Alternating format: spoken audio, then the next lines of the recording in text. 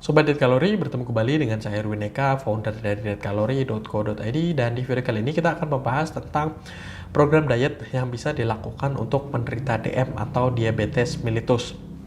Nah, DM sendiri ini adalah kondisi di mana ketika dicek kadar gula darahnya maka akan cenderung tinggi atau di atas batas normalnya, seperti itu. Ada diabetes mellitus tipe 1 dan ada diabetes mellitus tipe 2. DM1 itu adalah kondisi di mana tubuh tidak mampu untuk memproduksi insulin. Insulin ini diproduksi setiap kali tubuh mengkonsumsi gula, ya. Jadi glukosa, sukrosa, fruktosa, dan lain sebagainya. Hal ini supaya kadar gula darah tersebut atau gula tersebut bisa dioptimalkan, ya, dengan produksi insulin yang cukup, ya, sebagai mampu meresap ke dalam sel, ya, terus kemudian menyusun sel-sel kita sebagai support energi dan lain sebagainya, seperti itu. Nah, diabetes mellitus tipe 1 ini biasanya merupakan penyakit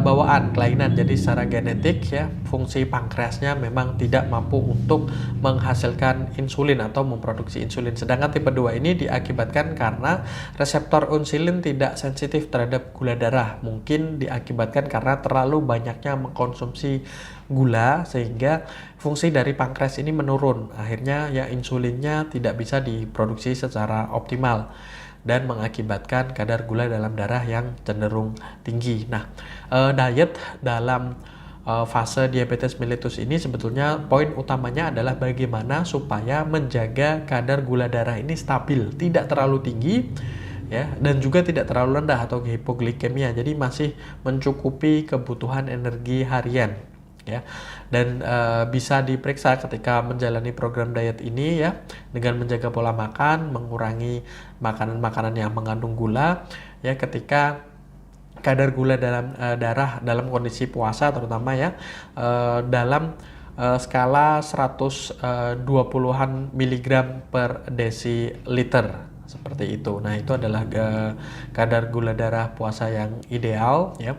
Nah, diet yang dijalani oleh para penderita diabetes mellitus bertujuan utama adalah hal tersebut, dan tentu saja nanti efeknya berkaitan dengan berat badan juga, karena obesitas ini tentu saja tidak bagus bagi mereka yang mengalami diabetes mellitus. Nah, untuk program dietnya secara umum, ya, yang pasti karbohidratnya diganti bagusnya dengan karbohidrat yang yang kompleks, ya, yang mengandung serat yang tinggi, dan karbohidrat ini tidak boleh berlebihan, ya, karena karbohidrat ini juga mengandung gula sekalipun, ya, tidak semua karbohidrat terus kemudian unsur utamanya adalah gula, namun banyak, ya, atau gula sendiri 100% merupakan karbohidrat, semacam seperti itu. Jadi harus diperhatikan, ya, mengurangi minum makanan manis, ya.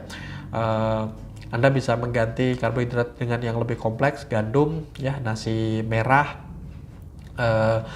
oats, dan lain sebagainya, semacam seperti itu. Nah, untuk lebih spesifiknya Anda bisa berkonsultasi ke dokter karena setiap orang itu bisa jadi berbeda-beda, namun secara umum tadi, ya, sebaiknya memang lebih memilih karbohidrat kompleks, terus kemudian memilih makanan-makanan yang mengandung serat, dan secara otomatis makanan manis, minuman manis sangat dijaga, seperti itu. Oke, ya, saya rasa itu semoga bermanfaat. Jangan lupa like, komen, dan share, serta subscribe, dan follow sosial media kami yang ada di bawah ini.